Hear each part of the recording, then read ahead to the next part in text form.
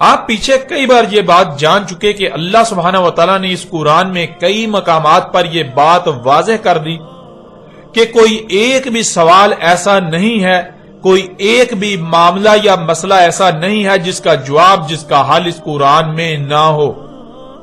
آپ نے گزشتہ قسط میں بھی یہ بات جان لی کہ قرآن تو اپنے نزول سے لے کر الساعۃ کے قیام تک کی تاریخ ہے۔ اس قرآن کے نزول سے لے کر الساعۃ کے قیام تک جو کچھ بھی ہونا تھا، اللہ سبحانہ و تعالیٰ نے آج سے 14 صدیاں قبل ہی اس قرآن کی صورت میں اس کی مکمل اور احسن تاریخ اتار دی تھی۔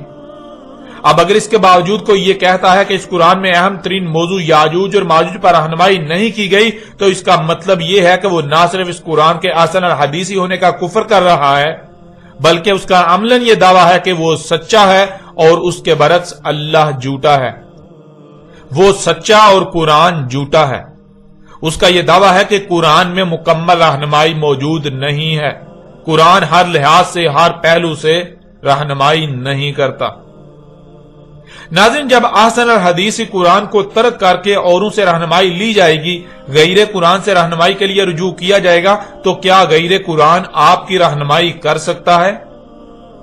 نہیں، بالکل نہیں، ایسا ممکن ہی نہیں۔ اور جو بات یا جس سوال کا جواب بھی آپ غیر قرآن سے حاصل کریں گے، وہ کبھی بھی درست اور احسن جواب ہو ہی نہیں سکتا، وہ صرف اور صرف گمراہی ہی ہوگی۔ جیسا کہ آپ پر بالکل کھول کر واضح کر دیتے ہیں کہ محمد علیہ السلام نے کبھی بھی کسی ایک بھی موقع پر یہ نہیں کہا کہ یاجوج اور ماجوج نوح کے بیٹے یافت کے 2 بیٹوں کے نام تھے اور انہی کی نسلوں سے وجود میں آنے والے 2 قبائل یاجوج اور ماجوج ہیں۔ حقیقت یہ ہے کہ یاجوج اور ماجوج کا انتظار صرف اور صرف مسلمان ہی نہیں کر رہے، بلکہ ان سے پہلے سے ہی یہودی اور عیسائی بھی یاجوج اور ماجوج کے انتظار میں ہیں۔ یہودیوں اور عیسائیوں میں یاجوج اور ماجوج کے متعلق بالکل وہی عقائد و نظریات پائے جاتے ہیں جو عقائد و نظریات مسلمان قوم میں پائے جاتے ہیں۔ نوح کے 3 بیٹے تھے جن کے نام سام، حام اور یافت تھے۔ ان میں سے یافت کے 2 بیٹوں کے نام یاجوج اور ماجوج تھے۔ یہ بات یہودیوں اور عیسائیوں کے مذہبی مواد عہد نامہ قدیم یعنی اولڈ ٹیسٹامنٹ، جسے خود کو مسلمان کہلوانے والے تورات قرار دیتے ہیں، وہاں سے اخذ کی گئی۔ اور حیران کن بات یہ ہے کہ خود کو مسلمان کہلوانے والوں کا دعویٰ تو یہ ہے کہ یہودیوں اور عیسائیوں کے مذہبی مواد عہد نامہ قدیم میں یافت کے 2 بیٹوں کے نام یاجوج اور ماجوج مذکور ہیں، لیکن ناظرین حقیقت اس کے بالکل برعکس ہے۔ اور حقیقت جان کر آپ چونک جائیں گے کہ کس طرح آج تک یہ بڑے بڑے علماء و مفسر قرآن کے طور پر معروف خود کو اور اکثریت کو دھوکہ دیتے رہے۔ مثال کے طور پر ایسے ہی 2 مشہور و معروف شخصیات کا اس بارے میں کیا کہنا ہے، اس کو آپ کے سامنے رکھتے ہوئے اس دھوکے کو واضح کرتے ہیں۔ جیسا کہ آپ اپنی آنکھوں سے دیکھیں اور اپنے کانوں سے سنیں کہ اس بارے میں ڈاکٹر اسرار احمد کا کیا کہنا ہے۔ یہاں یہ سمجھ لیجئے کہ یاجوج ماجوج سے کیا مراد ہے۔ حضرت یافس علیہ السلام جو 3 بیٹے تھے حضرت نوح علیہ السلام کے، سام، حام، یافس۔ سامی نسل کے بارے میں تو ہم نے بہت کچھ سمجھ لیا کہ حضرت ابراہیم بھی سامی نسل سے تھے، پھر قوم عاد بھی سام ہی کی نسل کی ایک شاخ تھی، قوم سمود بھی اسی کی شاخ تھی۔ یہ تمام جو ہے یہ تو سیمیٹک ریسز ہیں۔ حضرت یافس کی اولاد نے یہ سینٹرل ایشین ماؤنٹینز کا جو سلسلہ ہے اس کو کراس کیا اور شمال میں چلے گئے، اور شمال میں جا کر دائیں بائیں پھیل گئے۔ پھر یہ میدان ہے، ٹنڈرے کے میدان اور فلانے میدان اور بڑے بڑے کھلے میدان ہیں۔ تو گویا کہ ایشیا کو درمیان میں جو سلسلہ کوہ تقسیم کر دیتا ہے، ایک شمالی حصہ ہے، ایک اس کے جنوبی حصہ ہے۔ یہ شمالی میں چلے گئے اور جا کر پھر پھیلے۔ پھیلنے میں وہ مشرق کی طرف آئے تو چین اور ہند چینی تک یہ ساری قومیں جو ہے یہ یلو ریسز، یہ انہی کی نسل سے ہیں۔ اور مغرب میں چلے تو روس، اور روس سے ہو کر روس کے ساتھ ملتا ہوا علاقہ اسکینڈینیوین کنٹریز کے ساتھ، پھر وہاں سے وہ اتر کر اور یورپ کے بھی جو یہ مغربی ممالک ہیں، اینگلو سیکسنز جو ہیں، یہ بھی در حقیقت اسی سے اسکینڈینیوین کنٹریز سے اترے ہوئے لوگ ہیں۔ تو یوں سمجھ لیجئے کہ ویسٹرن یورپ اور ایسٹرن یورپ کا بھی خاص طور پر شمالی علاقہ، اور پورا یہ روس کا علاقہ، اور پورا صحرائے گوبی، اور پورا چین، اور وہاں تک جو ہے ہند چینی تک، یہ یافس کی نسل ہے۔ یافس کے جن بیٹوں کے نام تورات میں آئے ہیں کئی نام ہیں، وہ کوئی ایک دو نہیں، ان میں گوگ اینڈ میگوگ بھی ہے، توبال بھی ہے، بوسک بھی ہے، بوسک ایک شخص کا نام ہے۔ ناظرین، آپ نے خود دیکھا اور سنا، ڈاکٹر اسرار احمد کا سورہ الکہف کی یاجوج اور ماجوج والی آیت کی تفسیر کرتے ہوئے کہنا ہے کہ نوح علیہ السلام کے 3 بیٹے تھے، سام، حام اور یافس۔ پھر آگے چل کر کہتے ہیں کہ یافت کے جن بیٹوں کے نام تورات میں آئے ہیں کئی نام ہیں، وہ 1-2 نہیں، ان میں گاگ اینڈ میگاگ یعنی یاجوج اور ماجوج۔ پھر اسی طرح اس دور کی ایک اور مشہور و معروف شخصیت جو کہ مفسر قرآن کے طور پر جانی جاتی ہے، جس کا نام جاوید احمد غامدی ہے۔ جاوید احمد غامدی اس بارے میں کیا کہتے ہیں وہ بھی آپ خود سن لیں، خود اپنی آنکھوں سے دیکھ لیں۔ چیزوں کی کیا حقیقت ہے؟ نمبر 1 دجال، نمبر 2 یاجوج و ماجوج، اور نمبر تیسرا ان کا سوال ہے قیامت کی کیا نشانیاں؟ یاجوج ماجوج کے بارے میں تو یہ سمجھ لیجئے کہ یہ حضرت یافس یعنی حضرت نوح کے 3 بیٹے ہیں جن سے یہ موجودہ جدید دنیا پھیلی، یعنی ایک دنیا میں پہلی مائگریشن ہوئی ہے جو حضرت آدم کے بعد ہوئی ہے، جس میں آپ کو ایبوریجنل ملتے ہیں، امریکہ میں بھی، آسٹریلیا میں بھی، دوسری جگہوں پر بھی۔ تو اس کے بعد آپ جانتے ہیں کہ حضرت نوح کی قوم پر عذاب آ گیا، ایک طوفان کے ذریعے سے پوری قوم تباہ کر دی گئی، ایک کشتی میں اہل ایمان سوار تھے، انہیں بچایا گیا۔ بعد میں جو زیادہ تر تعداد میں دنیا میں قومیں پھیلیں وہ ان کی اولاد ہے۔ ان کے 3 بیٹے تھے، ایک حام، ایک سام اور ایک یافس۔ حام کی اولاد زیادہ تر افریقہ میں آباد ہوئی، چنانچہ دنیا میں پہلی تہذیبیں زیادہ تر افریقہ ہی میں نمودار ہوئی۔ سامی نسلیں یہ زیادہ تر مشرق وسطیٰ میں آباد ہوئی، یہ سام کی اولاد ہے ان کے دوسرے بیٹے کی۔ اور یافس کی اولاد یہ وسط ایشیا میں ماسکو، طبالسک، ان علاقوں میں آباد ہوئی۔ اور یافس جو تیسرے بیٹے ہیں اس کے پھر 10-11 بیٹے تھے، ان میں سے 2 کا نام گوگ اور میگوگ یاجوج اور ماجوج تھا۔ تو یہ ساری اقوام جو وسط ایشیا میں ہیں یہ زیادہ تر گوگ میگوگ کی اولاد ہے۔ یاجوج ماجوج ہی کے ایک بھائی کا نام یابان تھا جس کے نام پہ جاپان ہے۔ تو یہ حضرت نوح کے پوتے ہیں، یوں کہہ سکتے ہیں آپ۔ اور یہی لوگ ہیں جو بعد میں ہجرت کر کے یورپ گئے، یہی لوگ ہیں جو یورپ سے پھر ہمارے سامنے تاریخ میں امریکہ گئے، اور یہی ہیں جو آسٹریلیا میں آ گئے، اور یہی ہیں جو ایک زمانے میں آریاؤں کی صورت میں ہندوستان میں گئے ہیں۔ تو یہ گوگ میگوگ ہے۔ یاجوج ماجوج کے بارے میں قرآن شریف میں ذکر ہے اور آپ نے اس کو موجودہ حالات میں ریلیٹ کیا ہے، مجھے کائنڈلی آپ دہرا سکتے ہیں اس بات کو؟ دیکھیے، دنیا کی تاریخ کا مطالعہ کرنے سے معلوم ہوتا ہے کہ سیدنا نوح علیہ السلام کے جو 3 بیٹے ہیں انہی سے دنیا کی مختلف نسلیں پھیلی ہیں، اور ان تینوں کے نام تھے سام، حام اور یافت۔ یہ سامی نسلیں جو ہیں، سیمیٹک ریسز، یہ سب سام کی اولاد ہیں۔ افریقہ وغیرہ میں جو زیادہ تر لوگ آباد ہیں یہ حامی ہیں، بعض دوسرے علاقوں میں بھی آباد ہوئے ہیں۔ اور تیسرے بیٹے یافس کی اولاد وسط ایشیا میں آباد ہوئی،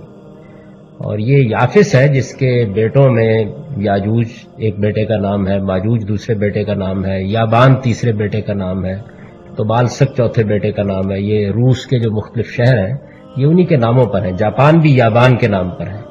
تو یہ اصل میں یافت کی اولاد ہے۔ یاجوج و ماجوج کی نسل وسط ایشیا میں پھیلی، پھر وسط ایشیا سے ہندوستان کی طرف آریہ آپ کو معلوم ہے کہ ہجرت کر کے آئے، پھر یہی نسلیں ہیں جو یورپ میں آباد ہوئیں، اور یہی پھر نسلیں ہیں جو پھر امریکہ میں اور آسٹریلیا میں، یہ تو معلوم تاریخ میں جا کے آباد ہوئی ہیں۔ تو یہ اصل میں یافت کی اولاد ہے ساری، یاجوج ماجوج جو ہے۔ آپ نے دیکھا اور سنا، جاوید احمد غامدی صاحب کا بھی وہی کہنا ہے کہ نوح علیہ السلام کے 3 بیٹے تھے، سام، حام اور یافس۔ پھر کہا کہ یافس کے 10-11 بیٹے تھے، جن میں سے 2 کے نام یاجوج اور ماجوج تھے۔ ناظرین، سب سے پہلے تو آپ یہ بات جان لیجئے کہ نوح علیہ السلام اور ان کے بعد کی تاریخ بالخصوص نوح اور اس کے بیٹوں اور نوح کے بیٹوں کی نسلوں کی تاریخ کا دنیا میں ایک ہی ماخذ ہے، اور وہ ہے بائبل۔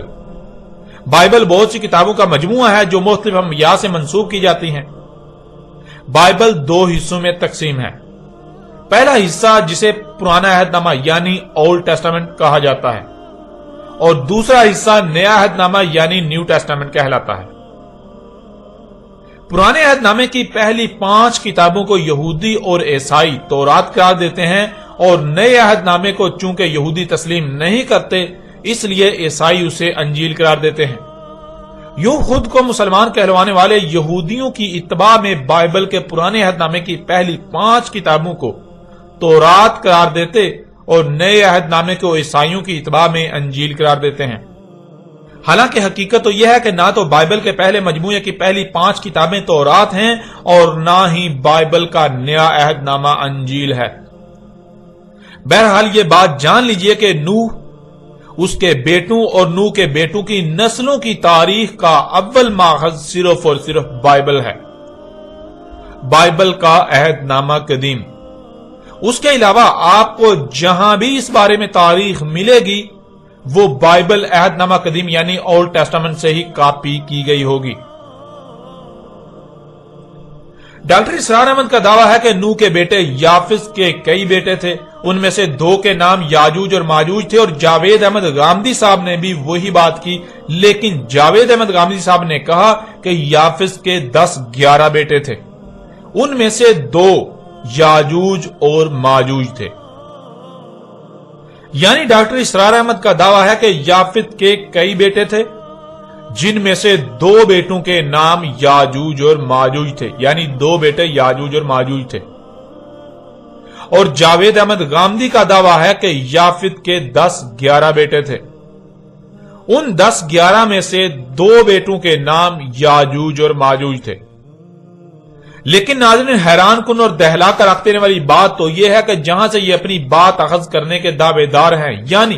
عہد نامہ قدیم جسے مسلمان تورات قرار دیتے ہیں، اس میں نہ تو یافت کے بیٹوں کے بارے میں یہ لکھا ہے کہ یافت کے کئی بیٹے تھے، اور نہ ہی یہ لکھا ہے کہ یافت کے 10-11 بیٹے تھے۔ اور پھر اس سے بھی بڑھ کر چونکا دینے والی بات تو یہ ہے کہ یہ بھی نہیں لکھا ہوا کہ یافت کے 2 بیٹوں کے نام یاجوج اور ماجوج تھے، یعنی یافت کے 2 بیٹے یاجوج اور ماجوج تھے۔ حقیقت کیا ہے؟ عہد نامہ قدیم جسے مسلمان یہودیوں اور عیسائیوں کی اتباع میں تورات قرار دینے پر بازید ہیں، اس میں جو لکھا ہے وہ آپ کے سامنے رکھتے ہیں تاکہ آپ اپنی آنکھوں سے دیکھ کر یہ فیصلہ کر سکیں کہ جن کو بڑے بڑے علماء اور قرآن کے ترجمان کے طور پر جانا اور پہچانا جاتا ہے، جو دنیا میں اللہ کے نمائندے بنے پھرتے ہیں، ان کی حقیقت کیا ہے۔ جب بڑوں کی حقیقت یہ ہے تو پھر چھوٹے ملاؤں جو کہ انہی کی اتباع کرتے ہیں ان کا کیا حال ہوگا، ان کی حقیقت کیا ہوگی۔ اس وقت آپ کو سکرین پر بائبل عہد نامہ قدیم کی پہلی کتاب پیدائش کے چیپٹر 9 کے پیرا نمبر 18 اور 19 نظر آ رہے ہیں، جن میں لکھا ہے، نوح کے بیٹے جو کشتی سے باہر آئے تھے سام، حام اور یافت تھے۔ نوح کے یہی 3 بیٹے تھے اور ان کی نسل ساری زمین پر پھیل گئی۔ پھر آگے چیپٹر 10 کے پیرا نمبر 2 میں لکھا ہے، یافت کے یہ بیٹے ہیں، جمر، ماجوج، مادی، یابان، توبل، مسک اور تیراس۔ ناظرین، اسی بائبل کا ہی حوالہ دیتے ہوئے ڈاکٹر اسرار احمد کا کہنا تھا کہ یافت کے کئی بیٹے تھے اور ان میں سے 2 کے نام یاجوج اور ماجوج تھے، اور جاوید احمد غامدی کا بھی اسی بائبل کا حوالہ دیتے ہوئے کہنا تھا کہ یافت کے 10-11 بیٹے تھے، جن میں سے 2 کے نام یاجوج اور ماجوج تھے۔ لیکن آپ نے دیکھ لیا اور جان لیا کہ حقیقت دونوں کے ہی بالکل برعکس ہے۔ نہ تو یافت کے کئی بیٹے تھے جو کہ گنتی میں نہیں آ رہے تھے، اور نہ ہی بقول جاوید احمد غامدی 10-11 بیٹے، بلکہ بائبل میں تو واضح الفاظ میں یافت کے 7 بیٹوں کا ذکر کیا گیا ہے، اور ان 7 کے نام بھی درج ہیں۔ اور پھر ڈاکٹر اسرار اور جاوید احمد غامدی کے بقول ان میں سے 2 کے نام یاجوج اور ماجوج تھے، یہ بات بھی 100% غلط ہے۔ 2 نہیں بلکہ ایک ہی بیٹے کا نام ماجوج تھا۔ اب ناظرین، آپ خود فیصلہ کریں کہ جن کو آج تک آپ اتنے بڑے بڑے علماء و مفسر قرآن کے نام پر جانتے اور پہچانتے رہے، ان کی حقیقت کیا ہے؟ جب اتنے بڑے بڑے علماء و مفسر قرآن کے دعوے داروں کا یہ حال ہے، جو بات وہ کر رہے ہیں وہ بالکل بے بنیاد اور غلط ہے، اس کے باوجود وہ ڈنکے کی چوٹ پر اپنی بے بنیاد اور باطل بات کو بغیر کسی خوف کے پیش کر رہے ہیں، تو ان کی اتباع کرنے والوں کی حالت کیا ہوگی، یہ جاننا کوئی مشکل نہیں۔ اور یہ بات بھی جان لیں کہ یہ صرف ڈاکٹر اسرار اور جاوید احمد غامدی کی بات نہیں ہو رہی، بلکہ 100% ملاؤں کی بات ہو رہی ہے۔ ان 2 کو تو بطور مثال آپ کے سامنے رکھا گیا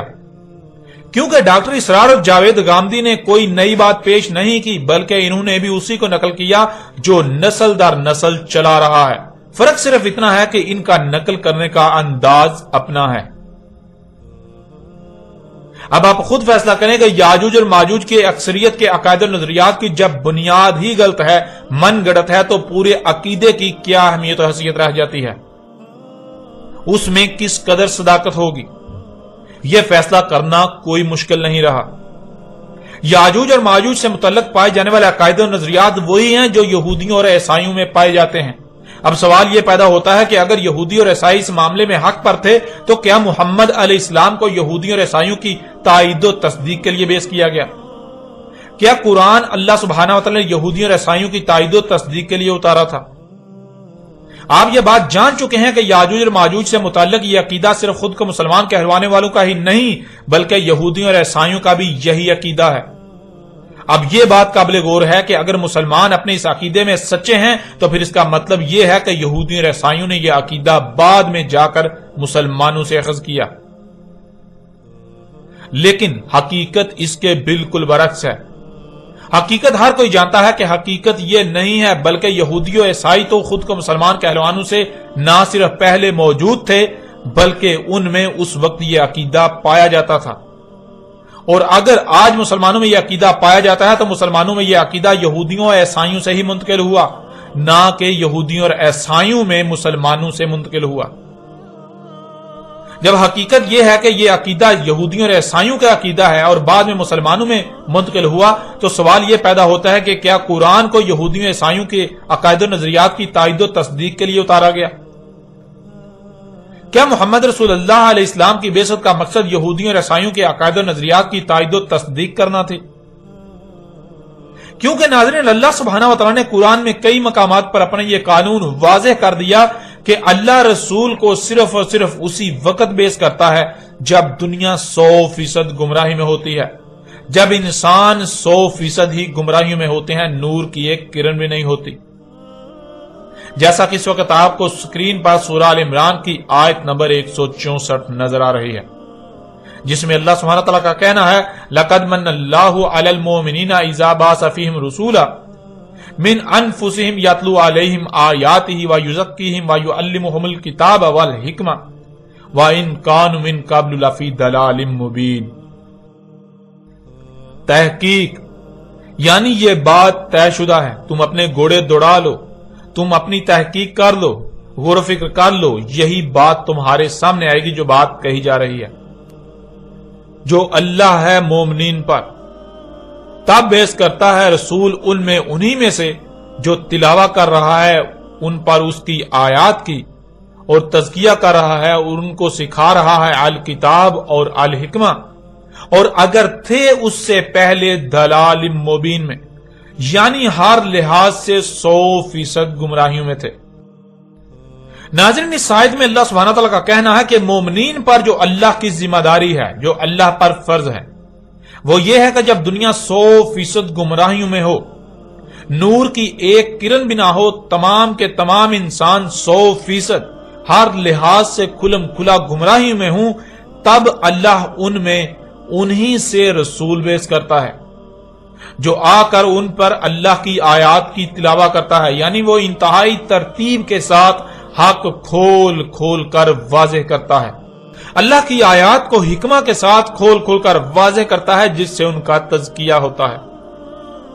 ان میں جو ملاوٹیں ہوتی ہیں انہیں ہر لحاظ سے پاک صاف کر کے خالص اللہ کا غلام بناتا ہے اور الکتاب سکھاتا ہے، یعنی زمینوں آسمانوں کا علم سکھاتا ہے اور اس علم کا صحیح استعمال بھی سکھاتا ہے۔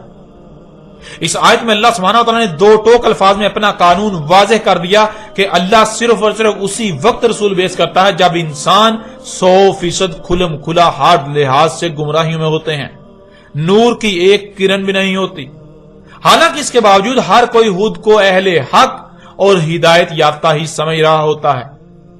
لیکن حقیقت یہ ہوتی ہے کہ کسی ایک کو بھی حق کا علم نہیں ہوتا، سب کے سب 100% گمراہیوں میں ہی ہوتے ہیں۔ یعنی اگر دنیا میں نور کی ایک کرن بھی ہو، رائی برابر بھی ہدایت موجود ہو، تو اللہ رسول کو بیعث نہیں کرتا، اور یہی بات اللہ سبحانہ وتعالی نے سورہ الجمعہ کی آیت نمبر 2 میں بھی کہی، جیسا کہ آیت آپ کو سکرین پر نظر آ رہی ہے۔ وَالَّذِي بَعَثَ فِي الْأُمِّيِّينَ رَسُولًا مِّنْهُمْ يَتْلُو عَلَيْهِمْ آيَاتِهِ وَيُزَكِّيهِمْ وَيُعَلِّمُهُمُ الْكِتَابَ وَالْحِكْمَةَ وَإِن كَانُوا مِن قَبْلُ لَفِي ضَلَالٍ مُّبِينٍ۔ وہی ہے ذات یعنی اللہ امیین میں بیس کیا رسول انہی میں سے جو تلاوت کر رہا ہے ان پر اس کی آیات کی اور ان کا تزکیہ کر رہا ہے اور علم سکھا رہا ہے الکتاب کا اور حکمت، اگر تھے اس سے پہلے ہر لحاظ سے کھلم کھلا گمراہیوں میں۔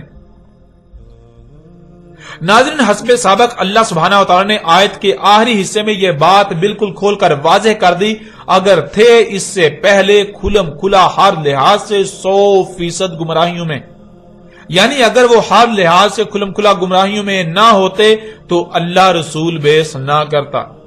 جس سے یہ بات بالکل کھل کر واضح ہو جاتی ہے کہ جب اللہ سبحانہ وتعالی نے اپنے رسول محمد کو بیس کیا تھا تب پوری دنیا ہر لحاظ سے کھلم کھلا گمراہیوں میں تھی۔ ان کے عقائد و نظریات جاہلانہ اور بے بنیاد اور محض ظن پر مبنی تھے، نہ کہ علم پر مبنی، اور قرآن میں جس موضوع کو بھی زیر بحث لایا گیا تو اس موضوع پر قرآن سے پہلے جو بھی عقائد و نظریات عام تھے وہ سوائے گمراہی کے اور کچھ نہ تھے۔ یوں قرآن نے اس حوالے سے اس کے نزول سے پہلے پائے جانے والے عقائد و نظریات کا رد کرتے ہوئے ان کے برعکس حق بیان کیا۔ اس لیے ناظرین، اب آپ پر یہ بات بالکل کھل کر واضح ہو جانی چاہیے کہ خود کو مسلمان کہلوانے والوں میں یاجوج اور ماجوج سے متعلق جو یہودیوں اور عیسائیوں والے عقائد و نظریات پائے جاتے ہیں ان کا حق کے ساتھ کوئی تعلق نہیں، وہ محض بے بنیاد قصے اور کہانیاں ہیں۔ ناظرین، آپ پر یہ بات بالکل کھل کر واضح ہو چکی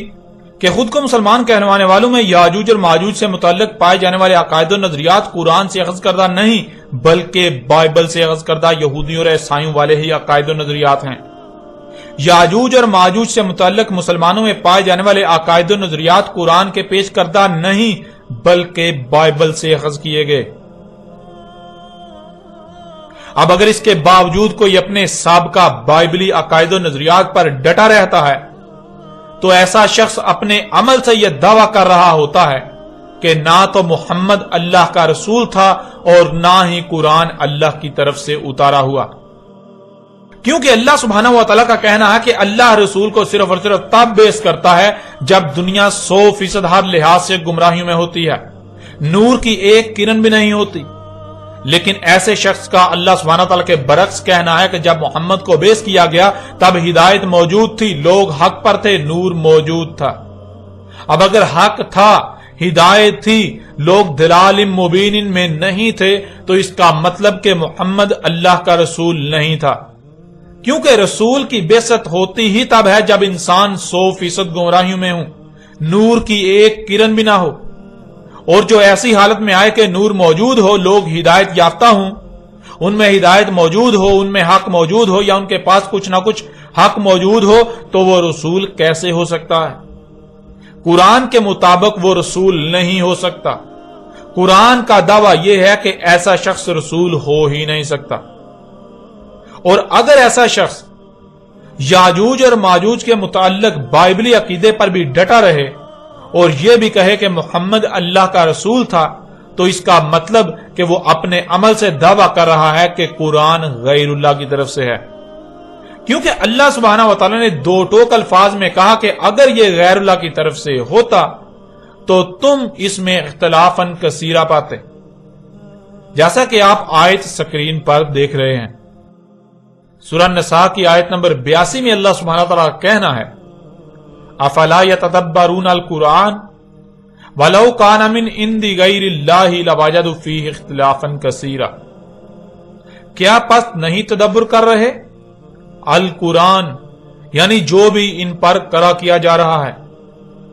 جو بھی علم ان کے اوپر بالکل واضح کیا جا رہا ہے، اور اگر تھا کسی اور سے اللہ کے علاوہ کہ تم پاتے اس میں کثیر اختلاف، یعنی ایک مقام پر کچھ کہا جا رہا ہے اور دوسرے مقام پر کچھ اور کہا جا رہا ہے، کہا کچھ اور جا رہا ہے اور کیا کچھ اور جا رہا ہے۔ اب اگر قرآن ایک طرف یہ کہے کہ رسول تب بیس کیا جاتا ہے جب انسان 100% گمراہی میں چلے جائیں، اور دوسری طرف اپنے دعوے کے بالکل برعکس تب رسول بیس کر دے، جب حق موجود ہو، نور موجود ہو، ہدایت موجود ہو، انسان ہدایت پر ہوں، تو ظاہر ہے قرآن میں اختلاف ثابت ہو کر غیر اللہ کی طرف سے ثابت ہو جاتا ہے۔ اگر کوئی دل سے نہ صرف محمد کو اللہ کا رسول بلکہ قرآن کو اللہ کی طرف سے اتارا ہوا تسلیم کرتا ہے تو اسے اپنے عمل سے بھی یہ ثابت کرنا ہوگا۔ اسے یاجوج اور ماجوج سے متعلق پائے جانے والے بائبلی عقیدے کا انکار کرتے ہوئے، اسے دماغ سے نکالتے ہوئے اس کے برعکس اللہ سبحانہ و تعالیٰ نے جو قرآن میں اس حوالے سے رہنمائی کی اسے تسلیم کرنا ہوگا، ورنہ وہ نہ صرف اپنے عمل سے محمد کے اللہ کا رسول ہونے کا کفر کر رہا ہے، بلکہ اس کا عملاً دعویٰ ہے کہ قرآن میں اختلافات پائے جاتے ہیں۔ یوں قرآن اللہ کی طرف سے نہیں بلکہ غیر اللہ کی طرف سے ہے۔ ویسے بھی ناظرین، اگر تو اللہ سبحانہ و تعالیٰ اس قرآن کے برعکس غیر قرآن سے رہنمائی لینے کی اجازت دے تو بلا شک و شبہ غیر قرآن سے نہ صرف ہدایت لی جا سکتی ہے بلکہ ہدایت مل بھی سکتی ہے، لیکن جب اللہ سبحانہ و تعالیٰ اس کی اجازت ہی نہیں دیتا، الٹا سختی کے ساتھ غیر قرآن کی طرف رجوع کرنے سے منع کرتا ہے، تو پھر غیر قرآن کی بات کیسے حق ہو سکتی ہے؟ غیر قرآن آپ کی رہنمائی کیسے کر سکتا ہے؟ ایسا ممکن ہی نہیں کہ غیر قرآن کی بات سچ ہو، غیر قرآن کی بات حق ہو، وہ آپ کی رہنمائی کر سکے۔ ناظرین، اب تک آپ پر یہ واضح ہو چکا کہ خود کو مسلمان کہلوانے والوں میں یاجوج اور ماجوج سے متعلق پائے جانے والے عقائد و نظریات قرآن کے برعکس بائبل سے اخذ کردہ یہودیوں اور عیسائیوں والے ہی عقائد و نظریات ہیں، اور اگر بائبل سے اخذ کردہ یہودیوں اور عیسائیوں والے عقائد و نظریات حق اور سچ ہوتے تو محمد علیہ السلام کو بیس نہ کیا جاتا، کیونکہ اللہ صرف اور صرف تب ہی رسول بیس کرتا ہے جب انسان 100% ہر لحاظ سے گمراہی میں چلے جاتے ہیں۔ اس لیے جب محمد علیہ السلام کو بیس کیا گیا تو محمد علیہ السلام کی بعثت کا مقصد یہودیوں اور عیسائیوں کے عقائد و نظریات کی تائید و تصدیق کرنا نہیں تھا، بلکہ اس کے بالکل برعکس ان کے تمام تر عقائد و نظریات کا رد کرتے ہوئے حق کو کھول کھول کر واضح کرنا تھا۔ اس لیے خود کو مسلمان کہلوانے والوں میں یاجوج اور ماجوج سے متعلق پائے جانے والے یہودیوں اور عیسائیوں والے عقائد و نظریات کا حق کے ساتھ کوئی تعلق نہیں، وہ محض بے بنیاد باطل قصے و کہانیاں ہیں جن کا حقیقت کے ساتھ کوئی تعلق نہیں، جو آج تک اس قوم میں یعنی مسلمان کہلانے والوں میں عام کر دیے گئے، ان کی خوب تشہیر کی گئی۔ نظر اب سوال یہ پیدا ہوتا ہے کہ جب یاجوج اور ماجوج سے متعلق پائے جانے والے عقائد و نظریات کا حقیقت کے ساتھ کوئی تعلق نہیں، تو پھر یاجوج اور ماجوج کے بارے میں حق کیا ہے؟ یاجوج اور ماجوج کیا ہیں اور ان کے بارے میں ان سے متعلق اٹھنے والے تمام تر سوالات کے جوابات کیا ہیں؟ ناظرین، حق جاننے کے لیے اب آتے ہیں قرآن کی طرف اور قرآن سے ہی رہنمائی لیتے ہیں کہ اللہ سبحانہ و تعالیٰ نے اس قرآن میں اس کا کیا جواب دیا۔ اللہ سبحانہ تعالیٰ سے سوال کرتے ہیں کہ یاجوج اور ماجوج کیا ہیں، ان کی پہچان کیا ہے، یاجوج اور ماجوج کے بارے میں مکمل رہنمائی کرے، اور پھر دیکھیں کہ اللہ سبحانہ و تعالیٰ اس کے جواب میں کس قدر آسان ترین الفاظ میں اور کھول کھول کر واضح رہنمائی کرتا ہے۔